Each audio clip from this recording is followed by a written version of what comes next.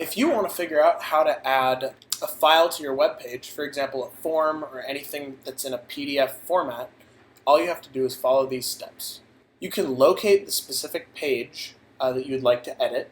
Go to the URL of that specific page. For me, I'm going to be trying to edit the Vice President for the Mission Administrator Center, but this will work for any page. Now what you have to do is first click Edit. Then you should navigate to Files on the left sidebar in the Edit area and click that option. Now you have the option to upload a public or a private file. A private file means that you need to be logged into a St. Mary's College Google account to view it. A public file obviously means that anyone on the internet navigating to your site can view it. Here, you can choose whether you want a public or a private file.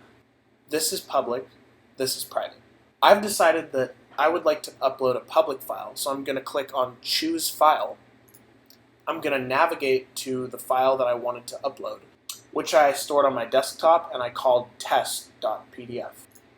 You select the file that you would like to upload, and then you click Choose. After that, click Upload, this button right here.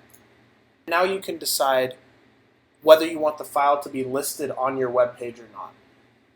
That can be toggled by going to this Display checkbox and checking Yes for display, which is on by default, or unchecking it so that it is not displayed.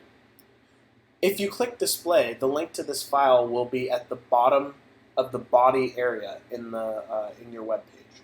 If you don't click Display, that will not be shown on the main web page when people navigate to it.